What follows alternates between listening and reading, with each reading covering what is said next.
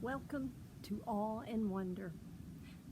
Today we're living in the midst of a pandemic, which has rained on so many of our parades already. But what if we could find some easy and healthy relief from those mully grubs that we feel from time to time in these challenging days? Maybe you've tried vitamin C, zinc, elderberry. Wouldn't it be nice if we could cheaply purchase one of these?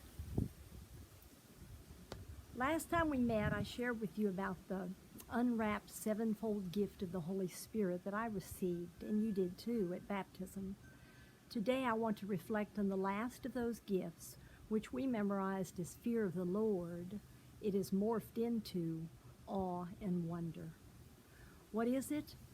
Our ability to recognize God's awesomeness, to see that all creation is beautifully and wonderfully made. A way to relate to one another, to the world, and to God. A capacity for radical amazement. Ultimately, it's a gift that gives me profound respect for the majesty of God. So much so that I never ever want to separate myself from Him by my own wrongdoing, my sin. Awe and wonder is the spiritual pinnacle of our spiritual journey to being Christ-like. It's what we started developing as children, yet somewhere along the road to adulthood, we aren't impressed very easily anymore, but we can start over. How do we develop this gift of the Holy Spirit? Well, we ask for it. Then we begin by thinking back to when we had it, the beginnings of the gift. When I was a child, everything impressed me. I would stop in amazement looking at ladybugs or lightning bugs, or I remember my mom pulling the blade during the shade during a big thunderstorm and just being paralyzed by the beauty of the lightning hitting the ground in strikes. As we grow older, it does become harder to be impressed, but not so with children. And didn't Jesus tell us to become like children to get into the kingdom? Can you conjure up moments of awe and wonder that you remember as a child? Maybe you have a child in your life. And I know I'm lucky enough. I get many reminders from my 3-year-old grandson, Austin. And recently I got a video of Austin and his daddy in the backyard of their house. And his magical dad was standing in the middle of the yard throwing a tennis ball as hard as he could up onto the roof. And it would bounce off of the roof, then bounce across the yard to a different place. And when this happened, little Austin's eyes opened and his jaw dropped, and he went to his daddy and just looked at the roof. And then he said with dramatic excitement, "Do it again, Daddy, do it again." How impressed are you with my son's roof-throwing talents? Not very, I'm sure. As I have aged, I've always made a concerted effort to smell the flowers. It's part of my personality, so awe and wonder have never really diminished much for me. But maybe it has for you, and it's time to revisit your childhood or get into nature where God's glorious creation abounds. Maybe start a journal called Awe and Wonder, and take moments daily to inventory your senses and your daily experiences. Awe and wonder is a gift of the Holy Spirit. We want it because it enhances our spiritual journeys for a more perfect love of God.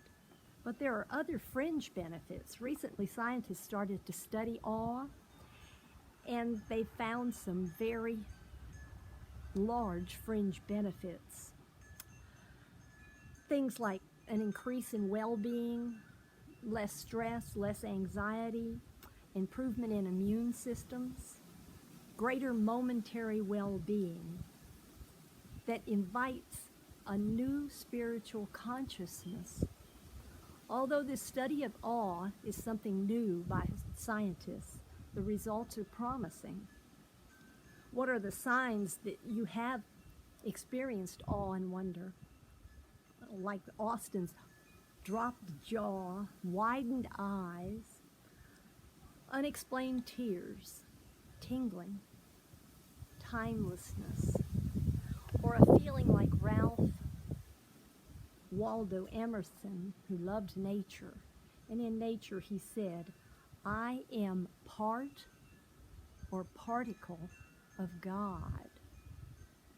Look for signs of awe and wonder in your own lives. I challenge you to search your childhood for awe and wonder. Then fast forward to today. Tune into any of your senses. Recently, I went to a friend's house just to bask in the smell of her plumeria plants. They're lay plants. Each day with an inventory of awe and wonder, follow it with gratefulness and recognition of how great thou art.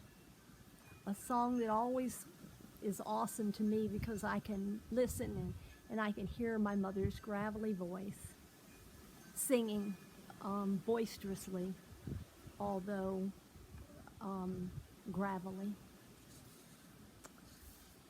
Be in the moment and observe. Have you lately felt the presence of God within you after communion? A presence that exhibits itself in tears. Have you been spellbound by the Grand Canyon or another place like it? Have you cried, as I have, listening to Liz here in this church sing praises to the Mother of God as she beautifully exclaims, Ave Maria? So, we can have spiritual benefits and we can have physical benefits. But ultimately, we want the gift, the spiritual gift, to develop. It needs to start somewhere, perhaps with little experiences of awe and wonder, like Austin's watching a ball bounce off a roof. So ultimately, where do we want to go with the awe and wonder experiences? I want to go to a moment when I can contemplate God as the creator of all the beauty around us, the total of all that is good and true. And this loving God places his goodness in me and you.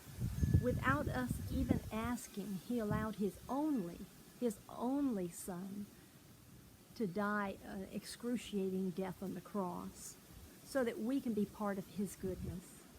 Now that's a reason for awe and wonder, especially as I hear Jesus whispering in my ear as I go about my work day, I am with you always. Don't try to go out and find one of these. Instead, step outside and behold the beauty of God. God bless you.